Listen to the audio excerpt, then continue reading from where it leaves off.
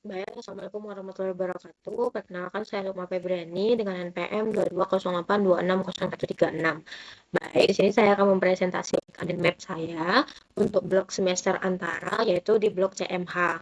Sebelumnya saya akan membaca doa. Nah, baik, di sini saya akan mempresentasikan mind map saya yang berjudul komponen darah dan fungsinya, dan serta sistem limpatik. Baik, yang pertama di sini saya akan menjelaskan tentang darah terlebih dahulu.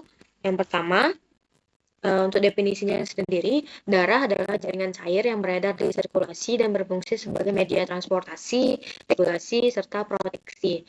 Nah, darah sendiri terdiri dari komponennya, yaitu bagian cair yaitu plasma dan bagian seluler yaitu eritrosit, leukosit, dan trombosit. Lalu untuk karakteristiknya sendiri, darah memiliki warna yang merah terang, yaitu darah yang kaya akan O2, dan darah yang berwarna gelap, yaitu darah yang kurang O2, dan memiliki viskositas 3-4 kali dari air, dan memiliki pH 7,35 sampai 7,45. Untuk volumenya sendiri pada dewasa yaitu kurang lebih 4-5 liter. Untuk komposisinya sendiri yaitu plasma sebanyak 55% dan sel darah sebanyak 45%. Untuk fungsinya sendiri seperti yang saya bilang tadi, yaitu sebagai transportasi, yaitu transportasi dari oksigen, nutrisi, hormon, dan sisa metabolisme. Serta sebagai sistem regulasi, yaitu suhu tubuh, pH, volume cairan, dan tekanan osmotik. Selanjutnya itu sebagai proteksi, yaitu sebagai imunitas, yaitu antibodi dan sel imun, dan sebagai hemostasis, yaitu faktor pembekuan darah. Selanjutnya dilanjutkan dengan sel-sel darah. Untuk komponen yang pertama yaitu sel-sel darah, dan sel darah memiliki yang pertama itu ada eritrosit atau sel darah merah, di mana sel darah merah ini berbentuk bikonkav tanpa inti, umurnya yaitu kurang lebih 120 hari. Tapi ada sel darah yang pecah sebelum dari 120 hari. Eritrosit mengandung hemoglobin, yaitu hemoglobin berfungsi sebagai pengangkut oksigen dan sebagai buffer pH. Lalu untuk produksinya sendiri, sel darah merah diproduksi di sumsum tulang merah dan dirangsang oleh eritropoietin yang berasal dari ginjal. Untuk nilai normalnya sendiri, yaitu laki-laki 4,5 sampai 6 juta mikroliter, dan pada perempuan yaitu 4 sampai 5,5 juta mikroliter. Jika di bawah dari angka tersebut, maka disebut dengan anemia, dan jika di atas dari angka tersebut, maka disebut dengan polisitemia. Lalu selanjutnya itu ada leukosit. Untuk leukosit sendiri, dia ada dua, yaitu granulosit dan agranulosit. Untuk granulosit yaitu leukosit yang memiliki granul di sitoplasmanya. Terbagi menjadi tiga, neutrofil, eosinofil, dan basofil. Nah, neutrofil ini sebanyak 60-70% yang fungsinya untuk fagosit bakteri. Lalu ada eosinofil 2-44% yang berfungsi sebagai melawan parasit dan respon alergi. Lalu ada basofil yang kurang dari 1% sebagai histamin dan heparin, yaitu sebagai inflamasi. Selanjutnya ada granulosit, berarti tidak memiliki granul pada sitoplasmanya. Yang pertama ada limfosit, yaitu sebanyak 20-30% sebagai antibodi atau antibodi B dan sel T imunitas seluler. Lalu sebagai sel NK, yaitu sel yang membunuh sel kanker. Lalu ada monosit sebanyak 3-8%, yaitu sebagai makrofag jaringan dan fagositosis jangka panjang. Untuk nilai normal dari leukosit sendiri yaitu 4.000 sampai 1.000 mikroliter. Jika lebih dari angka tersebut maka disebut dengan leukositosis. Nah, leukositosis ini menggambarkan adanya infeksi. Dan jika di bawah dari angka tersebut disebut dengan leukopenia, yaitu menandakan adanya imunitas yang menurun. Lalu untuk fungsi secara umum, leukosit ini berfungsi sebagai pertahanan tubuh. Lalu komponen lainnya itu protein plasma, dan protein plasma ini dibagi menjadi 3 lagi. Yang pertama yaitu albumin yang berfungsi sebagai menjaga tekanan osmotik dan transport. Lalu ada globulin yaitu sebagai antibodi dan transport lipid. Lalu ada fibrinogen yaitu sebagai faktor pembekuan darah.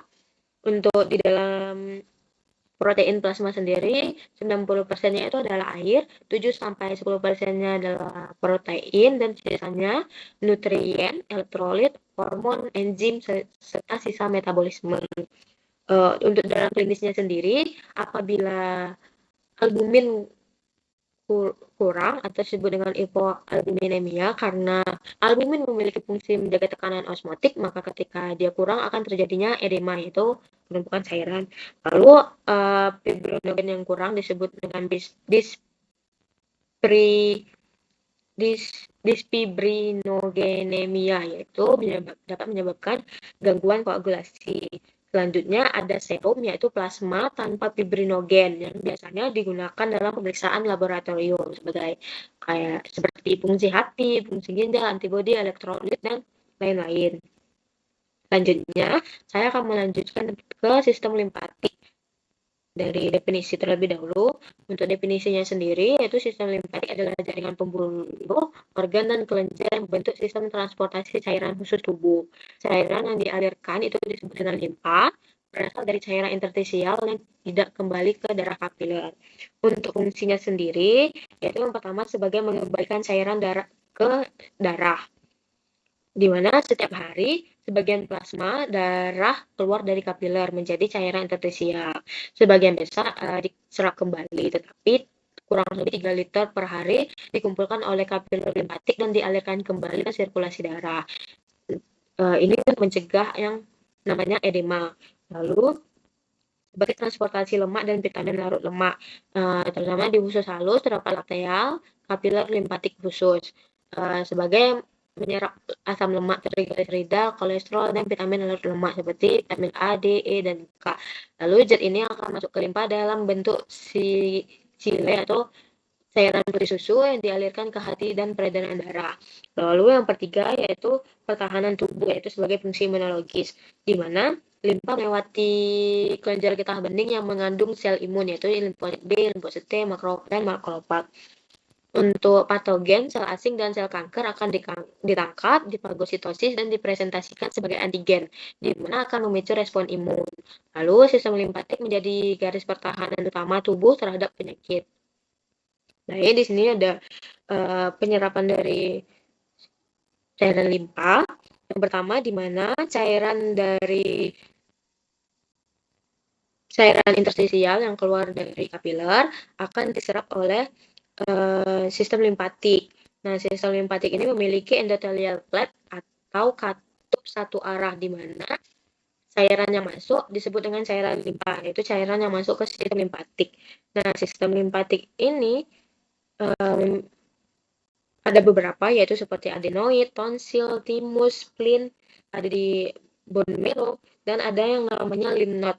Nah, cairan-cairan yang sudah dikumpulkan tadi akan melewati lymph node. Nah, di lymph node ini akan disaring, yaitu dibersihkan. Apakah ada patogen, bakteri, dan lain-lain yang akan dibersihkan. Nah, setelah dibersihkan, cairan limpa akan dikembalikan ke pembuluh darah. Yang pertama ada namanya right lymphatic duct. Nah, ductus ini yang akan mengembalikan cairan limpa dari kepala kanan, tangan kanan, dan dada kanan, yang akan dimasukkan ke vena subclavicula kanan. Lalu untuk bagian tubuh yang kiri itu berasal dari ductus thoracicosis yang akan dialirkan kembali ke vena subclavicula kiri. Lalu untuk cairan limpa yang dari usus akan berkumpul di cisterna chili of thoracic duct.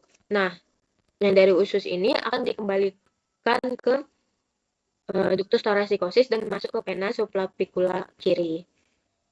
Lalu ini referensi yang saya pakai.